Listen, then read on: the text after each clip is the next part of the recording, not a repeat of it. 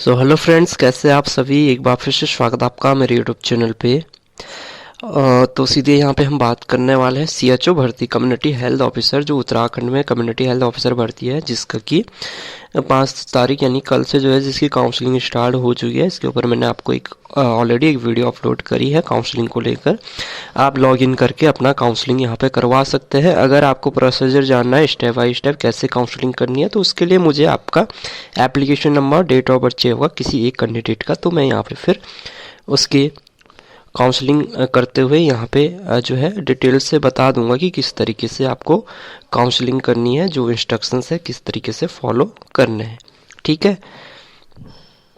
और उससे पहले यहाँ पे जो इंस्ट्रक्शंस आए हैं, एक बार फिर से हम इसको इंस्ट्रक्शंस को मैं आपको बता देना चाहता हूँ, क्योंकि ये इंस्ट्रक्शंस आपको काउंसलिंग करने तो पहले आपको पता होने चाहिए कि क्या एलिजिबिलिटी क्राइटेरिया है।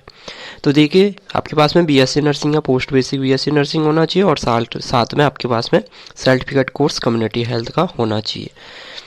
अब जैसे कि पहले भी ऑलरेडी बहुत बार बता चुका है कि 2020 के बाद से ये कोर्स जो है, जो 6 मंथ का ये कोर्स होता था ब्रिज प्रोग्राम, ये बंद कर दिया गया है। और उससे पहले क्योंकि ये के कोर्स केवल उन कैंडिडेट के लिए, उन अभ्यर्थियों के लिए खोला गया था कि भाई जैसे 2020 और उससे पहले जो है कोर्स में जो जो बीएससी नर्सिंग का जो कोर्स था, ठीक है, या जो पोस्ट बेसिक बीएससी नर्सिंग का कोर्स है, उसमें जो है ये कम्युनिटी नर्सिंग का जो है सिलेबस नहीं था, क्योंकि अब 2020 के बाद से कम्युनिटी नर्सिंग का सिलेबस ऐड हो गया था। तो वो ऐसे उनको तो करने की ज़रूरत नहीं है अलग से, लेकिन जो 2020 या उससे पहले के, तो उनको ये प्रोग्राम्स करने की ज़रूरत थी, उस तभी वे सीएचओ के लिए एलिजिबल थे।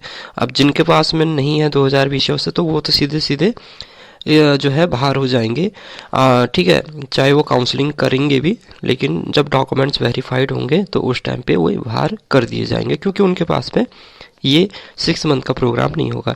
लेकिन जो 2020 के बाद है, क्योंकि उनके तो कोर्स में ऑलरेडी ये सिलेबस में ऐड हो गया है, तो उनको अलग से करने की ज़रूरत नहीं है। तो इसमें साफ साफ लिखा भी है कि सर्टिफिकेट कोर्स होना चाहिए, जो इग्नू या स्टेट पब्लिक हेल्थ या स्टेट मेडिकल यूनिवर्सिटी जो भी करवाती है, क्योंकि हाल फिलहाल कोई भी जो है यूनिवर्सिटी इस कोर्स को नहीं करवा रही है। ठीक है। या फिर जैसे जो ऐसे अभ्यर्थी जो उत्तराखंड के मूल निवासी नहीं है, परंतु वे दूसरे राज्यों से इस कोर्स को करके आए हैं, वे भी इसके लिए एलिजिबल हैं। ठीक है। तो यहाँ पे आपको दिख रहा है कि जिनके पास में उत्तराखंड का डोमिसाइल नहीं है, लेकिन वे दूसरे स्टेट से इस कोर्स को करके आए हैं, तो वे भी यहाँ पे काउंसलिंग में एलिजिबल हैं। 21 से 42 वर्ष एज यहाँ पे रखी गई है। और यहाँ पे ऑनलाइन काउंसलिंग करेंगे तो आपको चॉइस फिल करनी है, जो आपके जिलेवार यहाँ पे दे रखी होगी। डॉक्यूमेंट्स आपको सारे अपलोड करने होंगे। जो भी कैटेगरी सब कैटेगरी सर्टिफिकेट है, वो आपका स्टेट से जो है बना होना ज़रूरी है। अगर आपको आरक्षण का लाभ लेना है, तो उसके लिए आपके पास में उत्तराखंड का डोमिसाइल सर्टिफिकेट होना ज़रूरी है। अगर एक बार आपको जो डिस्ट्रिक्ट है वो अलॉट हो जाता है, तो उसके बाद आप दूसरे डिस्ट्रिक्ट को चेंज नहीं कर सकते हैं, दूसरा डिस्ट्रिक्ट आप यहाँ पे नहीं बदल सकते हैं। ठीक है। तो एक बार आपको जो चॉइस आपने फिल करी, अगर वो आपको मिल जाता है, तो उसमें आप कोई भी चेंज नहीं कर पाएंगे। यहाँ पे आपको जितने भी डॉक्यूमेंट्स हैं वो पीडीएफ फॉर्म में आपको अपलोड करनी होगी, और इसका प्रिंट आउट आपको रखना होगा अपने पास, क्योंकि जब आपकी डीबी होगी, डॉक्यूमेंट्स वेरीफाइड होंगे, तो उस टाइम पे ही आपको चाहिए होगा। ठीक है।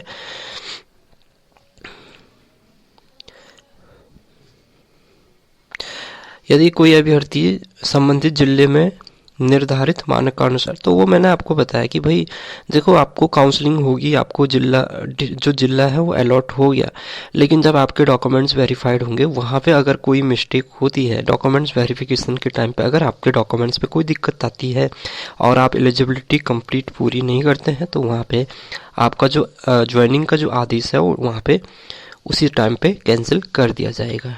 तो इसलिए मैं बोल रहा हूँ कि जो आपके पास में डॉक्यूमेंट्स हैं वो प्रॉपर कंप्लीट होने ज़रूरी हैं। सर्टिफिकेट कोर्स कम्युनिटी हेल्थ का जो पुराने स्टूडेंट्स हैं उनके पास में होना ज़रूरी है। और जो डॉक्यूमेंट्स हैं ये सारे यहाँ पे दे रखे हैं और ये बाकी हैं, ठीक है। तो ये नॉर्मल इंस्ट्रक्शंस दे रखे हैं कि तो आपको कि किस तरीके से आपको, बाकी सीटें तो जो है काफ़ी मैंने आपको बता दिया है। सीसीएस का फॉर्मेट दे रखा है इन्होंने, इसको भी हम एक बार देख लेते हैं। सीसीएस का जो फॉर्मेट दे रखा है तो ये है कॉलेज लेटर हेड। तो ये क्या लिखा है कि for candidate who has completed BSc nursing, post basic BSc nursing along with integrated certificate course in community health. तो इनको ये सर्टिफिकेट जो है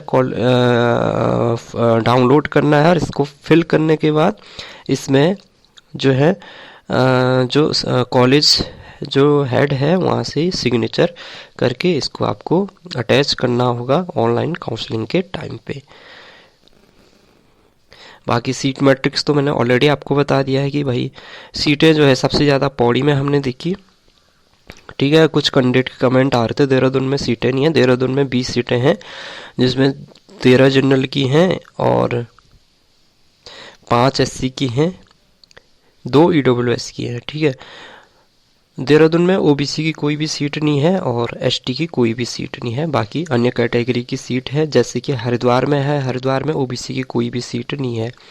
तो जहाँ जहाँ सीटें वैकेंट होगी जिस कैटेगरी के अनुसार वहाँ वहाँ वो आप देख लीजिएगा। तो बहुत सारे जिलों में जो है अब एसटी की सीट नहीं है यहाँ पे, जैसे ये आपका नैनीताल है तो नैनीताल में भी एससी की भी सीट वहाँ पे नहीं है और एसटी की भी वहाँ पे सीट नहीं है। पौड़ी में जैसे लगभग सभी कैटेगरी में सीट है।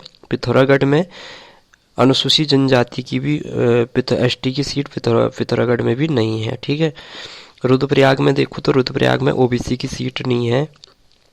टिहरी में भी ओबीसी की सीट। तो ये सीटें किस हिसाब से हैं, देखो जो पहले भी सीएचओ की भर्ती होती आई है तो जहाँ पे जो सीटें वैकेंट होगी कैटेगरी के अनुसार वहाँ पे सीटें खाली है, जहाँ पे नहीं है तो वहाँ पे जो ऑलरेडी फिल है उस पोस्टें जो है जहाँ पे भरी हुई है ऑलरेडी, तो वहाँ पे कोई मतलब बनता नहीं है कि भाई उस कैटेगरी में फिर सीट ही नहीं है तो वहाँ पे आप अप्लाई नहीं कर सकते। तो यहाँ पे अब जैसे कोई कैंडिडेट है उधम सिंह नगर का है, ठीक है, उससे पहले एससी कैंडिडेट है और वो चाहता है कि मुझे उधम सिंह नगर जिला मिले, तो उधम सिंह नगर जिले में एससी की कोई भी सीट नहीं है। तो यहाँ पे क्योंकि एससी की कोई सीट, हाँ ये हो सकता है कि अगर आपने एससी कैटेगरी में उधम सिंह नगर फिर भी आपने आप डाल दिया, अगर जनरल में कोई सीट खाली रहती है तो जनरल में आपको मिल सकता है, ठीक है। यानी आप जनरल में काउंट हो के अगर आपको मिल सकता है। बाकी जिस जिले में जहाँ सीटें हैं आप वहाँ अपना आवेदन कर सकते हैं, उस जिले में कर सकते हैं। एक बार जो है जो सीटों के ऊपर में टोटल जो कितनी सीटें हैं एससी एसटी ओबीसी सभी जिलों में वो काउंट करके आपको बता दूंगा। बाकी काउंसलिंग आपको ऑनलाइन करनी है और अगर काउंसलिंग का प्रोसीजर जानना है उसके लिए मुझे आपका किसी कैंडिडेट का जो है एप्लीकेशन नंबर और पासवर्ड वगैरह जो भी है वो चाहिए होगा, तो मैं आपको यहाँ पे कंप्लीट उस पर एक वीडियो बना दूंगा कि इस तरीके से आपको काउंसलिंग करनी है।